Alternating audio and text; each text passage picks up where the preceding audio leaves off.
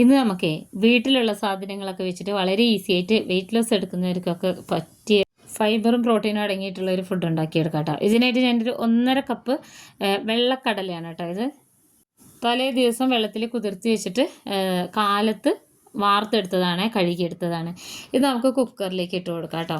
ഒരുപാട് ആൾക്കാർ ആവശ്യപ്പെടുന്നൊരു വീഡിയോയും കൂടിയാണിത്. വെയിറ്റ് ലോസിന് നമുക്ക് ചോറും ചപ്പാത്തിയൊക്കെ ഒഴിവാക്കിയിട്ട് കഴിക്കാൻ പറ്റിയ ഐറ്റംസ് എന്തൊക്കെയാണുള്ളത് അതൊന്ന് ഇടാവോ, റെസിപ്പീസ് എന്തൊക്കെയാണ്, എങ്ങനെയാണ് ഇതിൽ മിക്സ് ചെയ്യുന്നത് ടേസ്റ്റിന് വേണ്ടിയിട്ട്, അതൊക്കെ ചോദിക്കാറുണ്ട് കേട്ടോ. അപ്പോൾ ഞാനിവിടെ 1.5 കപ്പ് കടലയിലേക്ക് ചേർത്ത് കൊടുക്കുന്ന ഉപ്പിൻ്റെ അളവ് വളരെ ചെറുതാണ് കേട്ടോ.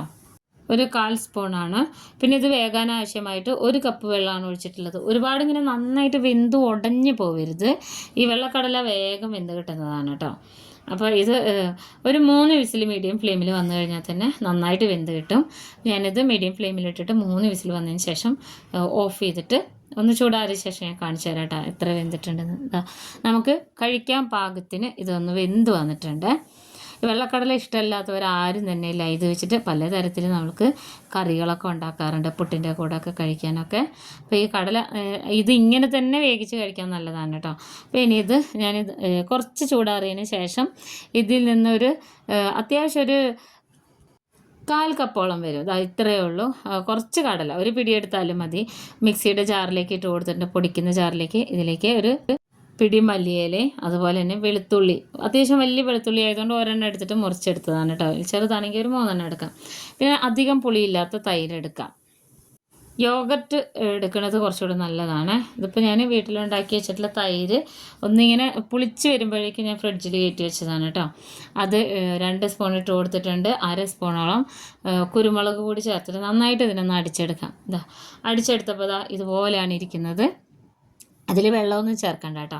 പിന്നെ നമ്മൾ വേവിച്ച് വെച്ചിട്ടുണ്ടായിരുന്ന ഈ വെള്ളക്കടല അതിലേക്ക് ഒരു പാത്രത്തിലേക്ക് ഇട്ട് കൊടുത്തു. ഒരു സവാള ചെറുതായി അരിഞ്ഞതിട്ട് കൊടുത്തു. പിന്നെ ക്യാരറ്റ് ഒരെണ്ണം, തക്കാളി, ഇതൊക്കെ എപ്പോഴും നമ്മുടെ വീട്ടിലുണ്ടാവുന്നതാണ് കേട്ടോ. പിന്നെ ഇതിലേക്ക് നമ്മൾ ചേർത്ത് കൊടുക്കുന്നത് കുറച്ച് ബ്ലാക്ക് സോൾട്ട് ആണ്, ഉണ്ടെങ്കിൽ മാത്രം ചേർത്താൽ മതി. ഇല്ലെങ്കിൽ സാധാ ഉപ്പ് കുറച്ചും കൂടെ ഒന്ന് ഇട്ട് കൊടുക്കണം, കാരണം നമ്മൾ വെജിറ്റബിളൊക്കെ ചേർത്തതുകൊണ്ട്. പിന്നെ നമ്മൾ മിക്സ് ചെയ്ത് വെച്ചിട്ടുണ്ടായിരുന്ന ആ ഒരു കൂട്ടുണ്ടല്ലോ, കടലൊക്കെ കൂടെ അരച്ചെടുത്തത്, നല്ലൊരു മണം, ഒരു മയോണൈസ് പോലെ തന്നെ ആയിരിക്കുക. ഇത് നമുക്ക് ഇങ്ങനെ റോ ആയിട്ട് കഴിക്കാൻ, വെജിറ്റബിൾ എന്ത് കഴിക്കാൻ ഇഷ്ടമില്ലെങ്കിൽ ഇങ്ങനെ എന്തെങ്കിലും അരച്ച് ചേർത്താൽ മതി. അപ്പോൾ ഏറ്റവും ഈസി ആയിട്ട് ഈ ചണ തന്നെ, അതായത് ഈ കടല തന്നെ വേവിച്ചത് ഇതുപോലെ ഇങ്ങനെ അടിച്ചെടുത്താൽ മതി കേട്ടോ. വെളുത്തുള്ളി മാത്രമാണെങ്കിലും കുഴപ്പമൊന്നുമില്ല. തൈരും വെളുത്തുള്ളിയും കടലയും കൂടി ഒന്ന് അടിച്ചെടുത്താൽ മതി. നന്നായിട്ട് മിക്സ് ചെയ്തെടുക്കണം. നല്ല മണമാണ് കേട്ടോ.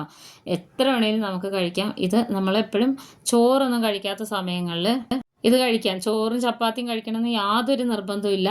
അപ്പോൾ വെയിറ്റ് ലോസ് എടുക്കുന്നവർ നിർബന്ധമായിട്ടും ഒഴിവാക്കുക പറ്റാത്ത ഐറ്റംസ് ആണ് ഇതൊക്കെ കേട്ടോ. ചണ എന്നൊക്കെ പറഞ്ഞു കഴിഞ്ഞാൽ, അതായത് കടല എന്നൊക്കെ വെച്ച് കഴിഞ്ഞാൽ അത്യാവശ്യം നല്ല പ്രോട്ടീനൊക്കെ ഉള്ളതാണ്. ഇത് കഴിക്കാൻ നല്ല ടേസ്റ്റാണ്. എല്ലാവരും ഉണ്ടാക്കി നോക്കണേ.